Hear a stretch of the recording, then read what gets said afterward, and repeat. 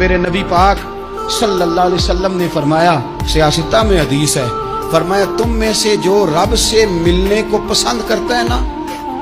جو اللہ سے ملنے کا شوق رکھتا ہے نا، اللہ بھی اس کی ملاقات کو پسند فرماتا ہے۔ تم میں سے جو رب سے ملنے کا شوق رکھتا ہے، اقبال کیا کہتے ہیں؟ کہتے ہیں تیرے عشق کی انتہا چاہتا ہوں، تو میری سادگی دیکھ میں کیا چاہتا ہوں، میرا ذرا سا تو دل ہے مگر شوق اتنا،